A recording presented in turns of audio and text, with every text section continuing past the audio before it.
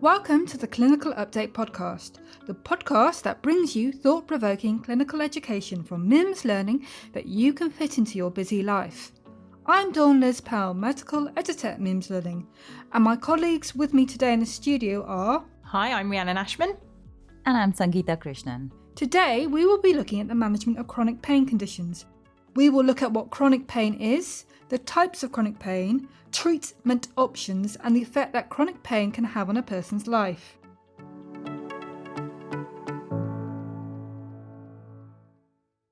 Obviously, we all know what pain feels like, but according to the International Association of the Study of Pain, or IASP, the official definition of pain is an unpleasant sensory and emotional experience associated with or resembling that associated with actual or potential tissue damage.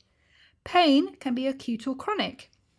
Acute pain is short-term and usually related to an obvious injury such as a fracture. The causes of acute pain are so wide and varied that it's probably beyond the scope of this podcast to discuss them all. But I would recommend checking out the red flag section of the MIMS Learning website. We have several red flag modules on what acute pain in specific locations such as the pelvis can indicate. So, for the purposes of this discussion, we will be focusing on chronic pain. Chronic pain, by definition, is long-term. And how long would you have had to have the pain for it to be considered chronic, Dawn? According to the Royal College of Anaesthetists, or RCA, 3 months. As a reminder, acute pain can become chronic if it does not resolve in 3 months. However, it is sometimes not clear how the chronic pain started. The RCA says that chronic pain is usually not a sign of ongoing tissue damage. It may relate to changes in the peripheral and central nervous system that occur over time, so that the pain signaling becomes self-sustaining over a prolonged period. However, the college states that it's always important to make a thorough assessment for potential ongoing tissue damage as a cause for long-term pain. On the topic of assessing chronic pain, we have a MIMS Learning module on the NICE chronic pain guideline that states that healthcare professionals should consider the potential causes, think about how the pain affects the person's life, and what strategies they're already using to manage the pain, and whether those strategies work. All of these are important considerations when working with a person to develop a care and support plan for management, including flare-ups. And just to note, the chronic pain guidelines focus on chronic pain that doesn't have a clear underlying cause. That is chronic primary pain. If an underlying cause has been identified, for example, nerve damage with neuropathic pain, then the specific guidelines related to that cause should be followed. A diagnosis of chronic primary pain shouldn't only be considered if there's no clear underlying cause for the pain, though, but also if the pain is out of proportion to any observable injury or disease. And this is especially true if there's significant disability or distress associated with the pain. So, for example, fibromyalgia might be an example of chronic primary pain. In terms of managing chronic primary pain, then, there are a variety of non-pharmaceutical options. One we've mentioned on this podcast before is acceptance and commitment therapy, or ACT. Can you remind us what ACT entails, Rhiannon? Yeah, sure. The theory behind ACT is that pain and discomfort, to an extent, are a fact of life. It's something that we must accept if we want to live a happy and fulfilled life. And the aim of ACT is to encourage psychological flexibility so that people can accept their thoughts and feelings rather than trying to change them. The other non-pharmaceutical options include supervised exercise programs, cognitive behavioural therapy, or CBT, and acupuncture. However, there are some treatments that aren't recommended, and this includes TENS, ultrasound, or interferential therapy. And they're not recommended because there's not high enough quality evidence for the efficacy of these treatments. As well as non-pharmaceutical options, the chronic pain guidelines also discuss pharmacological options. For example, antidepressants such as amitriptyline can be considered. However, NICE stresses that the patient should be informed that these can help with quality of life, pain, sleep, and psychological distress, even in the absence of a diagnosis of depression. I'd imagine prescribing antidepressants or psychological therapies for chronic pain could be a bit of a minefield. You want to provide therapies that work, but you don't want to suggest to the patient that their pain is all in their head or otherwise not having a very real effect on their life. Indeed. What further complicates matters is that the relationship between pain and mental health can be bidirectional. That is, chronic pain can cause mental health problems, and mental health problems can cause physical pain. In the module on depression and anxiety in people with chronic pain, Dr. Mix-Appel discusses this vicious cycle of chronic pain and mental health and how it can impact an individual's ability to engage in meaningful activities and relationships. The more pain a person experiences, the more anxious and depressed they become, leading to increased isolation, loneliness, and reduced physical activity.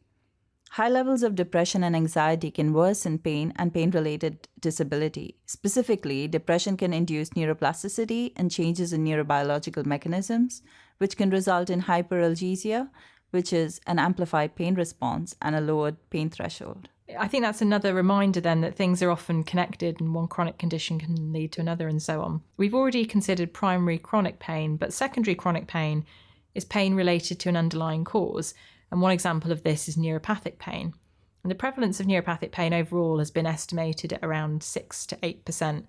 It can be intermittent or constant, and it can be spontaneous or provoked.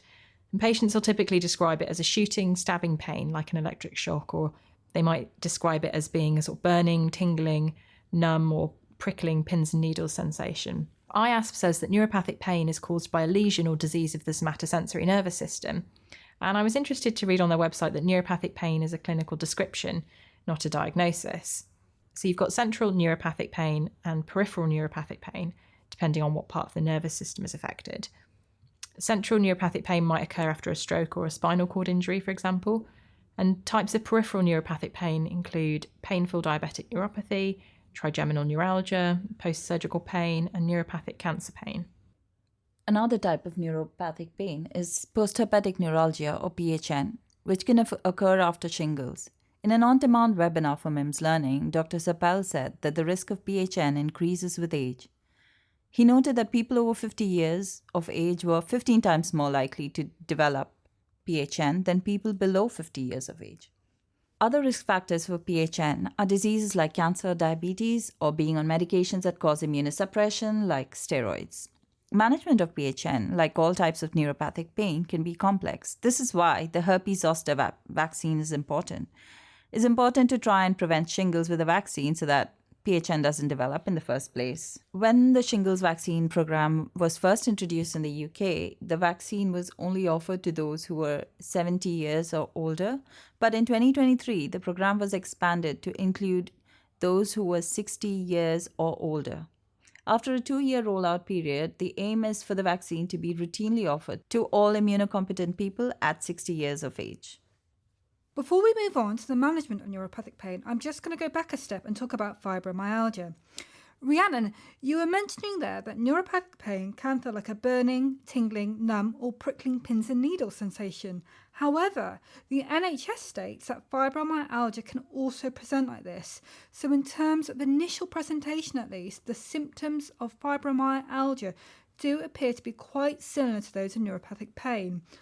Obviously, I'm not a doctor, so I'm not in a position to discuss how to differentiate between neuropathic pain and fibromyalgia. But if listeners want to explore this issue further, I would take a look online because there are several medical papers looking at this very topic.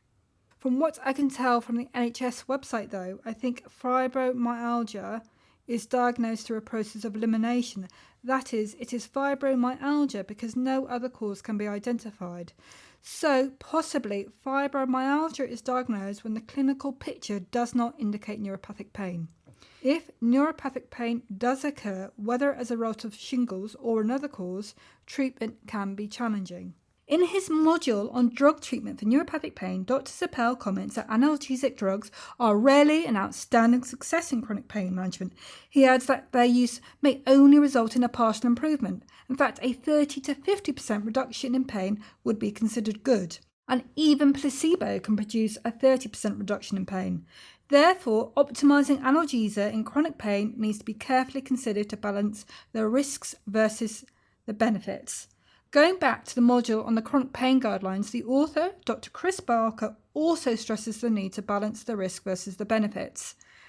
He says that for people with chronic primary pain, it is important to consider the initiation of analgesics as a trial. If these are not met, the medication should be reduced and stopped.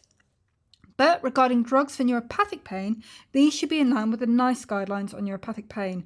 The guideline states that a choice of amitriptyline, duloxetine, gabapentin or pregabalin be considered. If there is treatment failure, each of the other drugs may be offered sequentially. Specifically licensed topical agents such as capsaicin cream or lidocaine ointment target localized neuropathic pain and have a low incidence of systemic drug side effects. They may be considered for patients with a higher risk of systemic side effects, such as those with a history of drug intolerance, older people, or those who are frail. And talking about older people, Dr. Seppel goes into some detail about managing neuropathic pain in older people. He notes that the side effects of drugs are often more pronounced in older people because the metabolism is often slower. Additionally, if they have some form of cognitive impairment, such as dementia, they can be susceptible to confusion, which can be exacerbated by many medications. He recommends reducing the doses of tricyclic antidepressants, such as amitriptyline, and using a start low, go slow approach to titration. Additionally, SSRIs and SNRIs have a small association with exacerbating or precipitating hyponatremia. Therefore, they should perhaps be avoided if the serum sodium concentration is below 130 millimoles per litre. So for these and other reasons, Dr. Seppel says that often topical therapy may be the best form of management for older people because it can help to avoid the use of systemic drug therapy. Yeah, and another issue to consider is addiction, which both healthcare professionals and patients can be concerned about.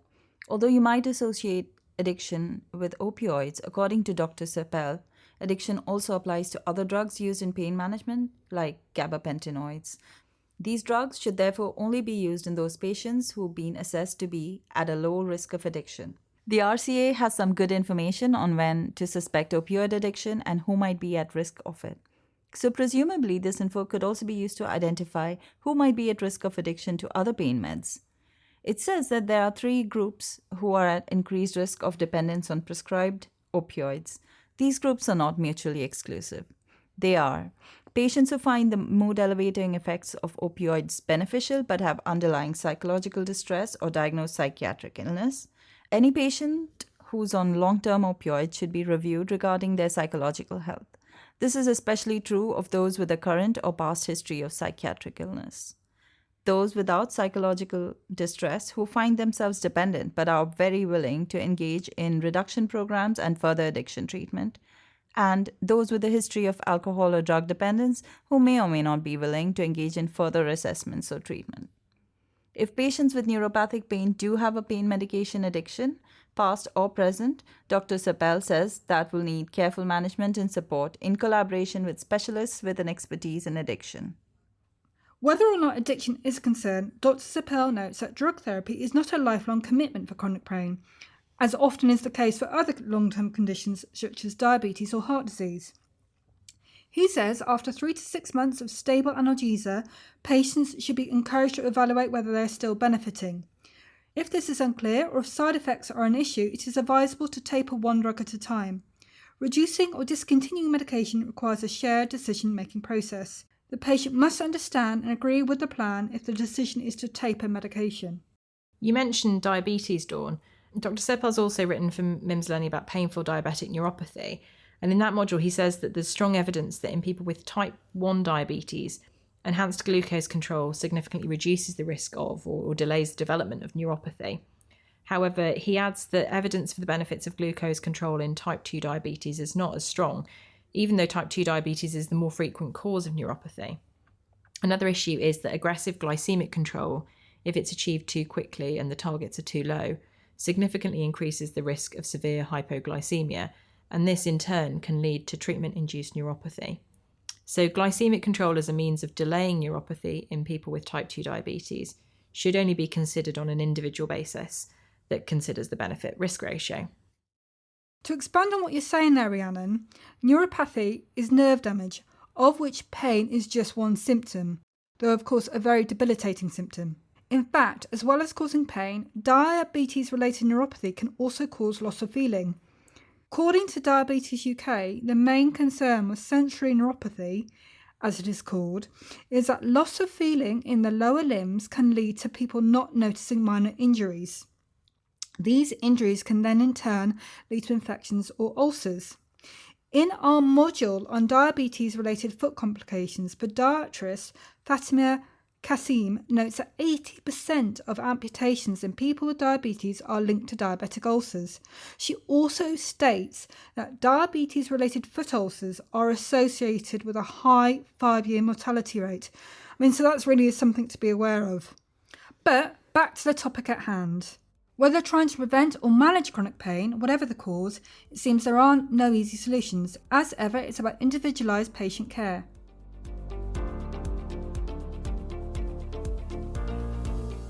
Thanks for discussing this topic with me, Rhiannon and Sangeeta. Let's have a quick look at the take-home messages. The first one is that when assessing a person with chronic pain, healthcare professionals should consider the potential causes. Think about how the pain affects the person's life and what strategies the person is already using to manage the pain and if they work. These factors are important for working with the person to develop a care and support plan for managing the pain, including flare-ups. The second is that a diagnosis of chronic primary pain should not only be considered if there's no clear underlying cause for the pain, but also if the pain is out of proportion to what would be expected. This is especially true if there's significant disability and/or distress associated with the pain. Third is that the management of chronic pain, whether it is primary or secondary, can be challenging. Analgesic drug use may only result in partial improvement. In fact, a 30 to 50% reduction in pain would be considered good, and even a placebo can produce a 30% reduction in pain. Therefore, optimizing analgesia in chronic pain needs to be carefully considered to balance the benefits versus the risks. Don't forget, you can claim CPD credits for listening to this podcast. So be sure to go to mimslearning.co.uk to download your certificate and find links to useful resources and further reading. Thanks for listening. We've been the MIMS Learning editorial team. This episode was produced by Till Owen. Next week, Rhiannon will be speaking to Monica Bolton from the National Academy for Social Prescribing. See you then.